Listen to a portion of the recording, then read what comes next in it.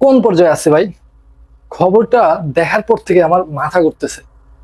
আপনারা আর কি কি করবেন আমাদেরকে একটু জানিয়ে দিন ভাই, আমরা যেন আগে থেকে প্রস্তুতি নিয়ে থাকতে পারি। কারণ এইসব বিষয় হঠাৎ করে সামনে আসলে বিশ্বাস এবং মেনে নিতে খুবই কষ্ট হয়।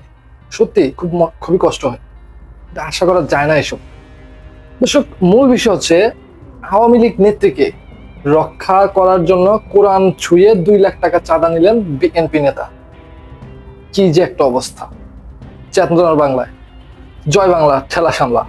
কক্সবাজার শহরে আলোচিত এক আওয়ামী লীগ নেত্রীকে রক্ষার আশ্বাস দিয়ে 2 লাখ টাকা চাঁদা নেওয়ার অভিযোগ উঠেছে বিএনপি নেতা নুরুদ্দিন খান কোম্পানির বিরুদ্ধে।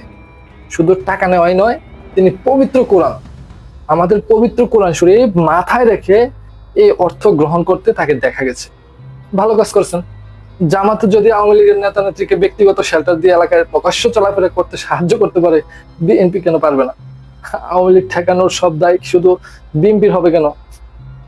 কিন্তু ভাই, মূল বিষয় সেটা নয়। মূল বিষয় হচ্ছে কোরআন শরীফ কেন মাথায় তুলতে হলো। সেটা সেটা কি আমি বলবো? আচ্ছা, বলে দিচ্ছি তাহলে শুনুন। এর কারণ হচ্ছে, হয়তোবা আওয়ামী লীগকে রক্ষা করার কথা যখন জামাত করে তখন মানুষ বিশ্বাস করে, আওয়ামী লীগরা বিশ্বাস করে।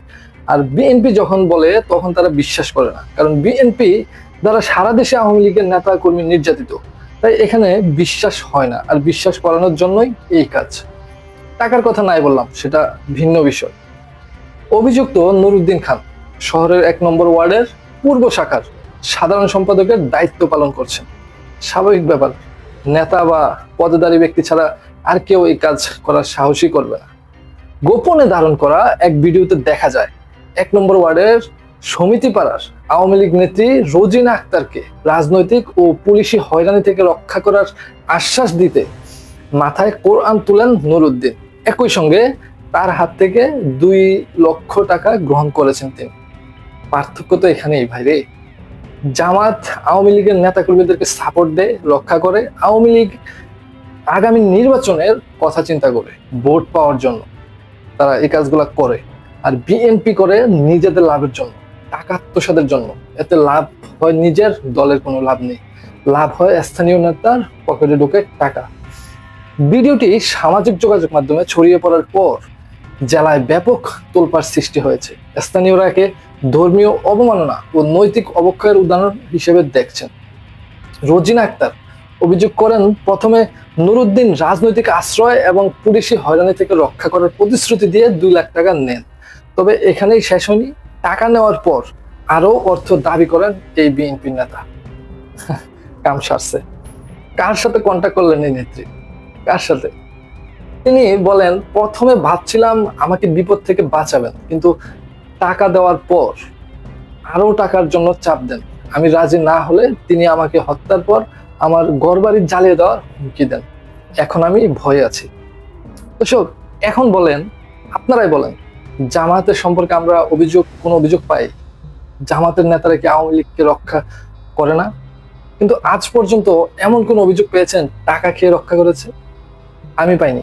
দর্শক, আপনি যদি পেয়ে থাকেন যথাযথ প্রমাণ সহ থাকলে আপনি কমেন্টে লিংক দিয়ে যাবেন, আমিও দেখতে চাই। স্থানীয় সূত্রে জানা গেছে, নুরুদ্দিন খানের বিরুদ্ধে মানব পাচার, পুলিশের উপর হামলা, আসামি ছিনতাই, চাঁদাবাজি সহ বিভিন্ন অপরাধের অভিযোগ বহু বছর ধরে রয়েছে। স্থানীয়রা অভিযোগ করছেন, রাজনৈতিক ছত্রছায়ার কারণে তিনি বারবার আইনের হাত থেকে রক্ষা পেয়েছেন।